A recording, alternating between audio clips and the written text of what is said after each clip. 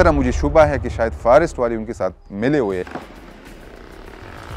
Timber smuggling में क्या सरकारी ओहदेदार भी शामिल हैं? जितने भी वजीर, मिनिस्टर एवं चीफ मिनिस्टर तक, इसमें सब ये बड़े लोग मिले हुए थे। हुकूमत ने इस मसले से निपटने के लिए क्या कोई हिकमत अमली बनाई? बिल्कुल अफगानिस्तान के साथ वो सेम टू सेम लग रहे। जंगलात की गैर कानूनी कटाई कैसे रोकी जा सकती है? कार्बन ट्रेडिंग से क्या कोई मदद मिल सकती है? वो लगाएंगे तो कहेंगे इनको बचाओ, इसमें से हमें क्रेडिट्स मिलने हैं।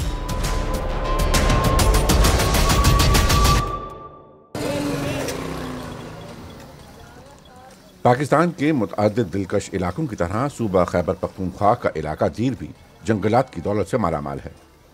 जंगलात से भरे ऐसे ही दीगर पाकिस्तानी इलाकों की तरह यहाँ भी दरख्तों की गैर कानूनी कटाई एक बहुत बड़ा मसला है। यहाँ तक कि दीर का एक मकामी फॉरेस्ट ऑफिसर अपने फराइज की अंजामदही के दौरान कत्ल कर दिया गया। 2 बच्चों के वालिद करामत खान ने एक ऐसे ट्रक को रोकने की कोशिश की थी जिसमें मुबैना तौर पर लकड़ी स्मगल की जा रही थी। इस ईमानदारी का नतीजा उसकी मौत से निकला। करामत रिश्वत नहीं लेता था, उसे इसीलिए हलाक किया गया है। ऐसे लोग कम ही होते हैं, वो ईमानदार आदमी था। यहाँ दरख्त ज्यादा हैं और उनकी हिफाजत करने वाले लोग कम हैं।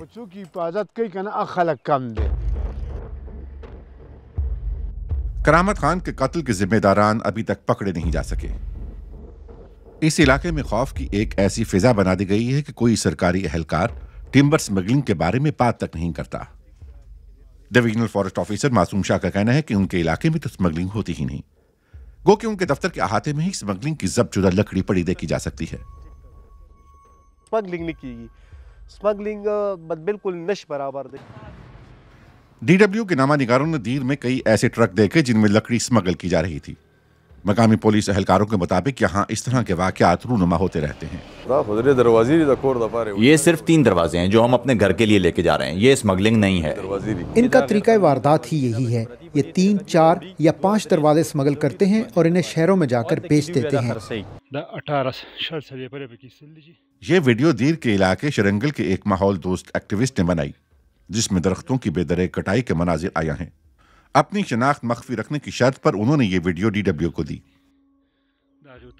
डीडब्ल्यू ने जब ये वीडियो असिस्टेंट कमिश्नर शरंगल हाफिजुल्लाह को दिखाई तो उन्होंने इस बारे में फौरी कार्रवाई की। ताहम हाफिजुल्लाह के बकौल अफसरशाही की वजह से इन मुश्किलात पर काबू पाना आसान हरगिज नहीं।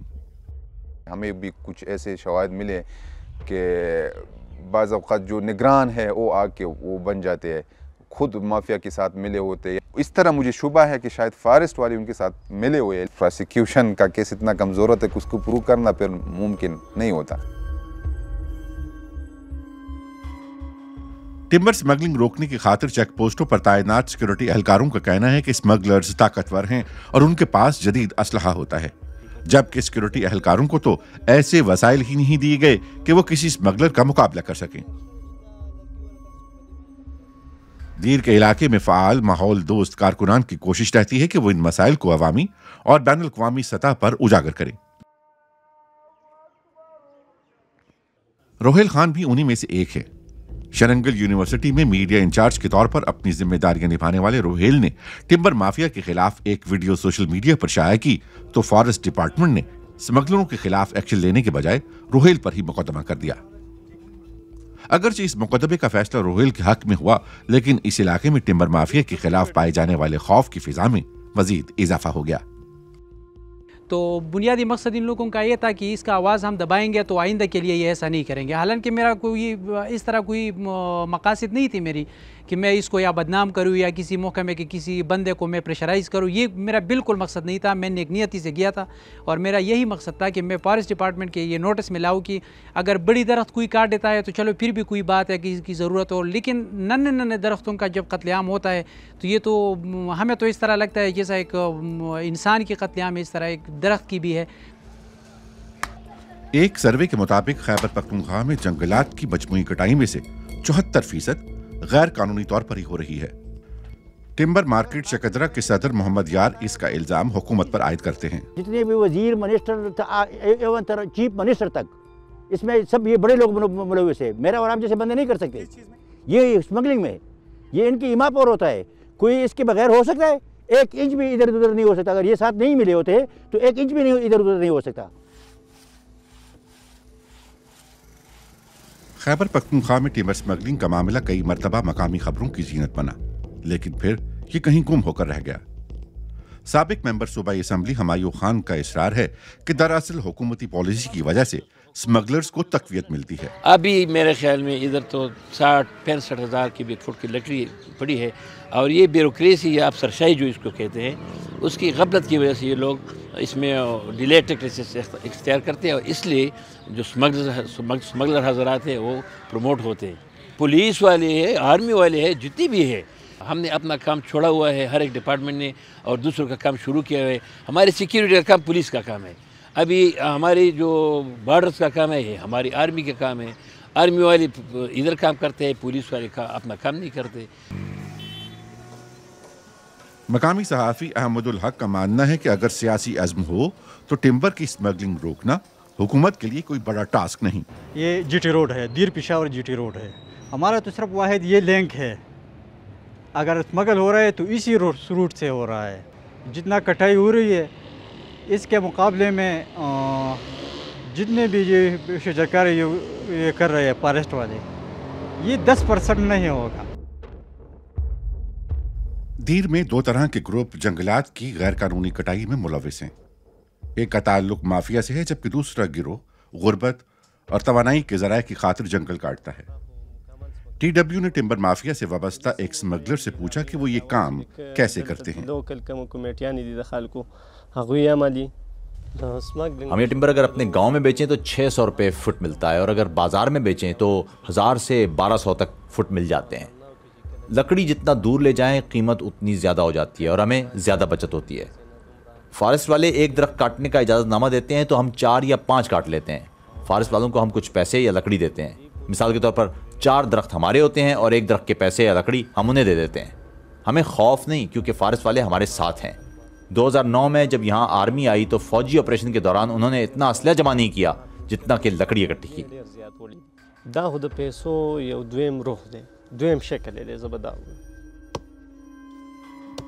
और एक गिरोह अपनी रोजमर्रा की जरूरियात के लिए इस गैर कानूनी काम में मुलविस है। भाई साहब, हम आपके लिए तो ये दरख्त है, लेकिन हमारे लिए ये रोजगार का और रोजे का असबाब है। ये हम काटेंगे, बेचेंगे, इस पे जो है ना रोजी भी लाएंगे, आटा भी लाएंगे, स्कूल के लिए बच्चों का फीस भी है, डॉक्टर की दवाई है, महंगाई है, मुल्क हालात है, ऐसे कोई काम है ही नहीं। दीर का मतलब है मुश्किल रसाई, यानी इस मकाम का नाम इसलिए पड़ा क्योंकि यहाँ आना इंतहाई मुश्किल काम होता था। लेकिन किसको मालूम था कि एक वक्त ऐसा भी आएगा जब स्मगलर्स के लिए दीर एक आसान रसाई बन जाएगी। मकामी रिहायशी इब्राहिम के बकौल यहाँ सड़कें और आमदोरफ्त की ज्यादातर सहूलियात टिम्बर माफिया की कोशिशों से ही बनाई गईं ताकि उन्हें लकड़ी की स्मगलिंग में मुश्किल न हो। स्मगलर्स ये लकड़ी अहम हुकूमती अहलकारों के लिए लेकर जाते हैं। मिसाल के तौर पर MPA, MNA, यहाँ सड़कों पर टिम्बर से भरी गाड़ियाँ गुजरती रहती हैं। इस काम में सब मिले हुए हैं।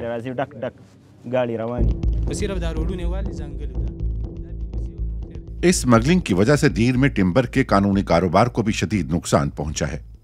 सिर्फ 4 दिहाइयों कबल ही इस इलाके में इस कारोबार से हजारों अफराद का रोजगार वाबस्ता था। ताहम अब स्मगलिंग तो जारी है, लेकिन लकड़ी का कानूनी काम ठप होकर रह गया है। पूरी एशिया में ये लकड़ी का सबसे बड़ा मार्केट था। KG चतराल में, शेरिंगल में और मुख्तलिफ रोड साइड डिपो पर हमारे साथ तक लाखों के हिसाब में लकड़ी पड़ी हुई है कि उन लकड़ी को फरोख्त करके, जिसमें 60% इसी लकड़ी में 60% शेयर जो है ये लोकल कम्युनिटी की होती है। लेकिन स्मगलिंग के लिए या जंगलात को बचाने के लिए जो लोकल कम्युनिटी है, उसी लोकल कम्युनिटी को आपने एतमाद में लेना है। स्मगलिंग तो शुरू है, ये कानूनी वाला बंद है। पूरे पाकिस्तान में इधर से लकड़ी जाती है। अभी जो हमारे पास ये लकड़ी पड़ी हुई है, ये बिल्कुल अफगानिस्तान के साथ वो सेम टू सेम लकड़ी है। मतलब सबसे कीमती चीज़ हमारे पास है, सबसे कीमती लकड़ी हमारे पास। माहौलियाती तब्दीलियों और आलमी दर्जा हरारत में इजाफे की वजह से जंगलात के तहफ़्फ़ुज़ की अहमियत और भी ज्यादा हो चुकी है। माहौल दोस्त कारकुन एहसानुल्लाह के बकौल लोगों को इस हवाले से मकामी हिकमत के तहत आगाही देने की जरूरत है। हमारे बुजुर्गों ने हमें बताया है कि माजी में यहाँ का तर्ज ज़िंदगी मुख्तलिफ था, लेकिन अब हालात बदल चुके हैं। गो कि यहाँ के मकामी लोग तवानाई की ज़रूरियात की खातिर लकड़ी काटते हैं, लेकिन अगर उन्हें गैस और बिजली की बुनियादी सहूलियात फराहम कर दी जाए तो ऐसा नहीं होगा। मकामी लोगों को जंगलात के तहफ़्फ़ुज़ का शऊर देने की खातिर हुकूमती सतह पर कोशिशें करना होंगी।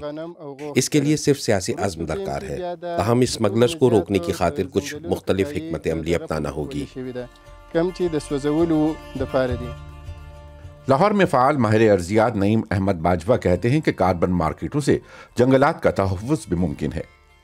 कार्बन मार्केट्स एक ऐसा तजारती निज़ाम है जिसके तहत कार्बन क्रेडिट की खरीद व फरोख्त की जाती है। कंपनियां या अफराद आलमी दर्जा हरारत में इजाफे का बाइस ग्रीन हाउस गैसों के अखराज को ख़त्म या कम करने वाले इदारों से कार्बन क्रेडिट खरीद कर अपनी ग्रीन हाउस गैसों के अखराज की तलाफी के लिए कार्बन मार्केट्स का इस्तेमाल कर सकते हैं। नईम अहमद बाजवा का इसरार है कि पाकिस्तानी हुकूमत भी जंगलात का तहफ़्फ़ुज़ मुमकिन बनाकर कार्बन एमिशंस को रोक सकती है। यूं कार्बन क्रेडिट्स के एवज डॉलर्स भी कमाए जा सकते हैं। ताहम उनका कहना है कि इसके लिए एक जामे हिकमत अमली दरकार होगी। ये जो प्रोटोकॉल्स हैं कार्बन क्रेडिट के, ये हमें हेल्प करेंगे लॉन्ग टर्म के अंदर। गरीब मुल्कों के अंदर offsetting is easier, particularly natural offsetting, यानी कि दरख्त आप लगा लें, आप उससे ऑफसेटिंग करें, फॉरेस्ट लगाएं, आप उससे ऑफसेटिंग कर लें। ये गरीब मुल्कों के अंदर पॉसिबल है क्योंकि कॉस्ट उनको कम पड़ती है। बाकी जो है हमारी जो कंपल्शंस हैं वो हमें फोर्स करती हैं कि हम अपने कार्बन इतने कोई अर्न करने की पोजीशन में नहीं है, but we can do it. India is doing it, we should do it also. ये तो हमारे एंटरप्रेन्योर, हमारे इंडस्ट्रियलिस्ट को सोचना चाहिए कि एक चीज़ है जो कि बहुत सारे पैसे जिस पर हम अर्न कर सकते हैं। पाकिस्तान ने कार्बन क्रेडिट हासिल करने का एक मंसूबा कामयाबी से मुकम्मल किया है, जिसमें हुकूमत सिंध मैंग्रोव के जंगलात के लिए कार्बन क्रेडिट हासिल कर चुकी है और उन्हें सन 2022 में $14.75 मिलियन की पहली किस्त मिली, जो अगले 5 सालों में बढ़कर 24 से 25 मिलियन डॉलर तक पहुंच सकती है। In fact, this is also another blessing in disguise. People will protect the forest, countries will protect their forests. वो लगाएंगे तो कहेंगे इनको बचाओ, इसमें से हमें क्रेडिट्स मिलने हैं, तो इसको कम से कम उसकी नेचुरल लाइफ तो पूरी गुजारे। कम से कम वो उसने 50 साल जो जिंदा रहना उस तक तो कार्बन को ट्रैप रखे ना, बजाय इसके कि आप उसको फौरन उसको काट दें। तो मालूम हुआ कि जनूबी एशिया के दीगर ममालिक की तरह पाकिस्तान भी कार्बन क्रेडिट स्कीमों से डॉलर्स कमा सकता है, लेकिन जरूरत है सियासी अज़्म की।